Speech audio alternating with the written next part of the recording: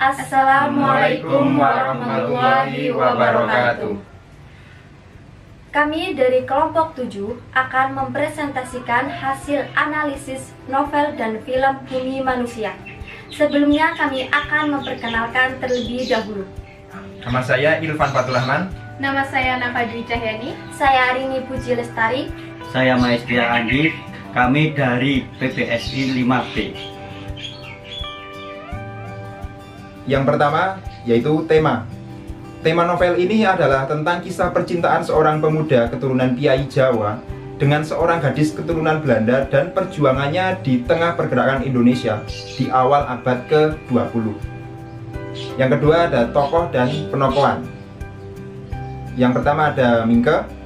Mingke merupakan tokoh utama dalam novel ini. Dia seorang yang cerdas, berjiwa pribumi, dan dia juga seorang kiai, siswa HBS yang baik dan penyayang. Ini terlihat pada halaman 33. Lalu ada Annelies. Dia seorang putri dari orang Belanda, yaitu Herman Melemah dan pribumi Nyai Ontosoroh. Dia seorang yang pendiam, manja, dan labil. Kemudian ada Nyai Ontosoroh atau Sanikem, istri simpanan dari Herman Melemah. Dia seorang yang mandiri, tegas, bijaksana, pandai, dan tegar. Lalu ada Herman Melemah. Dia seorang yang kaku dan kasar. Ya, ini terlihat pada halaman 64. Lalu ada Robert Melemah. Dia seorang yang egois dan tidak bermoral. Ayah Mingke masih berpatokan dengan adat istiadat Jawa. Dia seorang yang pemarah dan keras dalam mendidik Mingke. Kemudian ada Ibu Mingke. Dia seorang yang bijaksana dan penyayang. Robert Suhoff, dia seorang yang pengecut.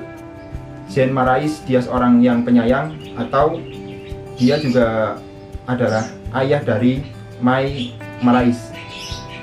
Kemudian ada Mai Marais, dia seorang yang manja. Darsam, seorang Madura yang berwatak keras dan patuh kepada orang tuanya. Ahjong yang berwatak licik.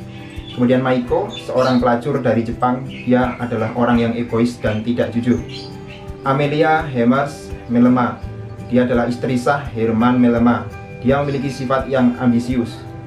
Kemudian ada Insinyur Maurits Melemah, dia seorang yang ambisius. Magda Peters, dia seorang yang baik.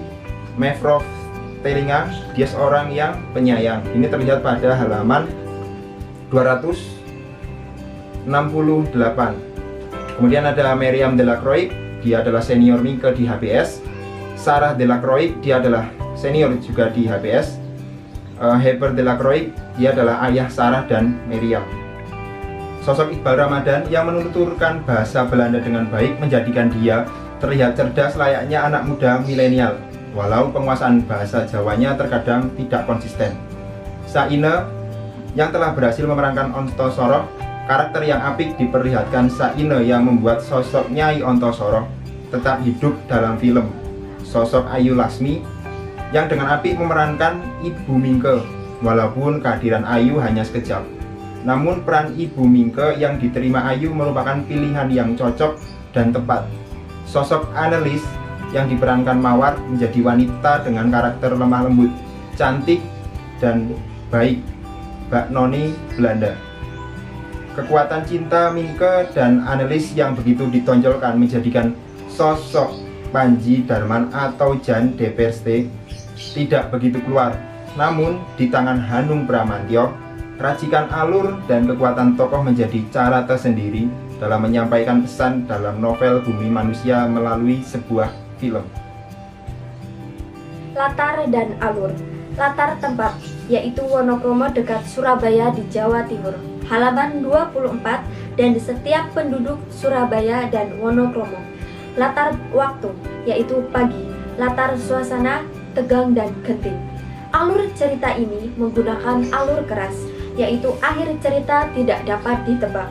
Pada awal dan tengah cerita, mungkin pembaca akan berpikir cerita akan berakhir bahagia dengan pernikahan Mingke dan Annelies. Tetapi cerita ini diakhiri dengan perpisahan Annelies dan Mingke. Annelies harus pergi ke negaranya Belanda, sedangkan Minke tetap di Hindia sebagai seorang pribumi.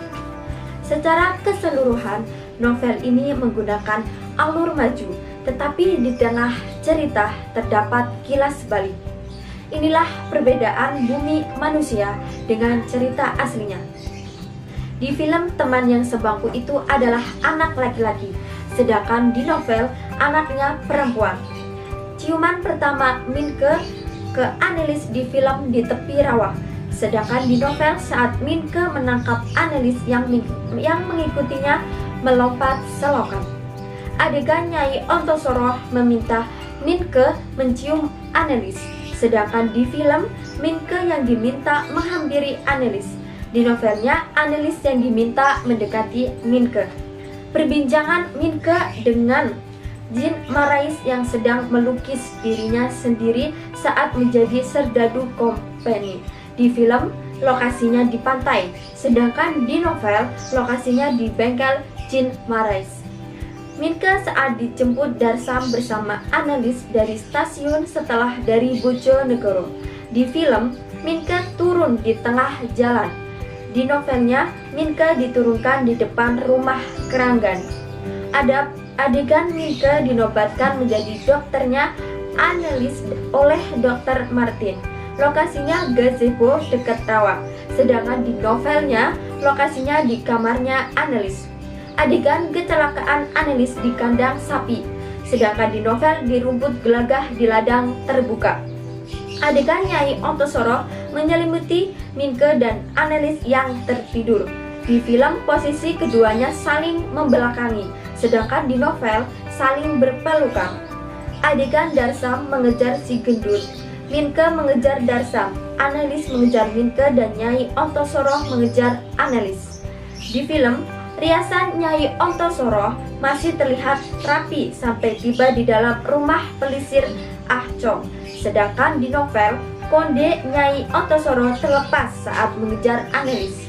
Adegan Tuan Milema di film ditemukan mati di dalam kamar, sedangkan di novel di pojok ruang makan. Adegan Robert Milema ditemukan di rumah pelisir Ah Chong, sedangkan di film Robert lari dan dikejar Darsam. Di novel, Nyai Ontosoroh melarang Darsam saat akan mengejar Robert. Adegan Ah Chong divonis oleh hakim. Di film atas dasar kesaksian dari Maiko. Di novel atas pengakuan Babah Acung sendiri. Adegan Minke dijemput polisi. Di film, Nyai Ontosoroh menyuruh pembantunya mengambil kopernya Minke, sedangkan di novel yang disuruh Annelies. Undangan pesta pernikahan di film saat Minke dan Annelies melihat hasil pengumuman ujian, sedangkan di novel saat usai wisuda kelulusan. Adegan Robert Surhoff memberikan cincin ke Annelies saat pesta pernikahan, sedangkan di film Robert memberikan cincin dan kotaknya kepada Annelies. Di novel, cincin oleh Robert dikenakan ke jari Annelies, lalu kotaknya diberikan ke Minke. 4. Sudut pandang. Dalam novel Bumi Manusia menggunakan sudut pandang orang pertama pelaku utama, seperti pada kutipan novel di bawah ini. Aku tunggu-tunggu meledaknya kemarahan Nyai karena puji-pujian. Yang kelima adalah unsur intrinsik. Nilai etika yang terkandung dalam novel Bumi Manusia sangatlah terlihat. Contoh etika dalam novel ini adalah di saat Minke sungkem kepada ayahnya. Berikut kutipan dalam teks. Kata mulutku dan seperti mesin tanganku mengangkat sembah yang kesekian kali. Tidak banyak etiket yang terkandung dalam novel ini, karena kebanyakan budaya yang muncul merupakan penggambaran dari beberapa budaya yang ditonjolkan. Yang keenam adalah sinematografi. Dari sisi sinematografi, usaha Hanung untuk menghadirkan situasi kehidupan masa kolonialisme cukup berhasil. Hanung pun cukup berhasil menciptakan adegan pembuka dengan menghadirkan arsip asli kehidupan masa kolonialisme dengan narasi yang disampaikan oleh Minke persis seperti dalam novel. Di balik itu masih ada beberapa catatan teknis, khususnya pemilihan warna yang terlalu mencolok. Demikian pula beberapa bagian CGI yang ketara, terutama saat menampilkan gambar kapal pesiar. Yang ketujuh adalah amanat.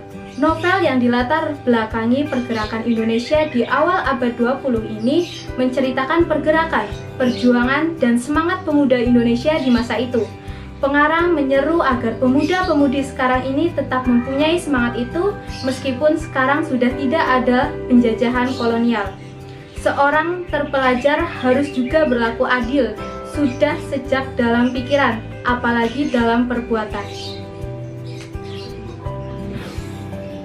Kesimpulan, tokoh utama dalam novel ini adalah Mingge, seorang pribumi asli namun karena keturunan ningrat Jawa diperbolehkan bersekolah di HBS Surabaya. Hanya dia pribumi Totok yang bersekolah di sana. Selebihnya adalah warga kelas 1, orang Eropa, kelas 2, Indo, dan Tionghoa. Karena ajakan Robert Surhoff, teman Mingge di HBS, dia berkesempatan berkunjung ke sebuah rumah tuan Belanda, Herman Melema. Sebuah kunjungan yang berubah hidup Mingge selamanya. Tidak disangka, Annelies Melema, putri sang tuan rumah, jatuh cinta pada Mingge. Cinta sang putri mendapat dukungan dari Bunda Nyai Ontosoro. Mingge memasuki kehidupan keluarga itu, bahkan dipersilahkan untuk tinggal serumah dengan mereka. Sejak itulah banyak pertentangan dan rintangan yang menghampiri hidupnya. Ekranisasi novel Bumi Manusia ke dalam bentuk film mencakup unsur penciutan, menambahkan dan perubahan visual alur. Latar dan tokoh terdapat 15 sen yang berbeda antara bagian di novel dan di film. Ada sen yang dihilangkan dalam film Bumi Manusia dikarenakan tebal novel utama yang mencapai 500 halaman. Dan tidak semua sen dalam novel bisa divisualisasikan dalam bentuk film berdurasi 3 jam 1 menit tersebut. Merilis hal tersebut banyak yang ditampilkan dalam film. Proses pengurangan yang begitu terlihat, yaitu mengurangi sen antara Mingge dan Jean Marellis. Hal tersebut banyak yang tak ditampilkan dalam film dikarenakan dalam film fokus utama berubah, yaitu antara Mingge dan Annelies ataupun dengan Nyai Ontosoro. Perubahan variasi terjadi dengan perbedaan adegan, latar, hingga alur yang dibuat lebih visual agar Mingge dan Annelies penonton lebih menikmati esensi film tersebut. Penambahan terjadi dengan lebih banyak sen Mingge dan Annelies melalui tangan sutradara Hanung Bramantyo. Cerita yang lebih modern mengubah kepekaan cerita asli. Proses ekranisasi alur secara keseluruhan masih relevan dengan cerita yang ada di dalam novel. Hanya saja pada visual dalam film dibuat lebih menarik. Banyak variasi konflik yang dimunculkan sehingga alur dalam film menjadi lebih hidup. Visualisasi adegan, kemunculan konflik tersebut untuk menambah esensi film sehingga penonton akan terbawa masuk dalam alur cerita. Proses eksistensi tokoh dan latar dalam film maupun novel bentuk film Bumi Manusia dilakukan karena mengikuti alur dalam film.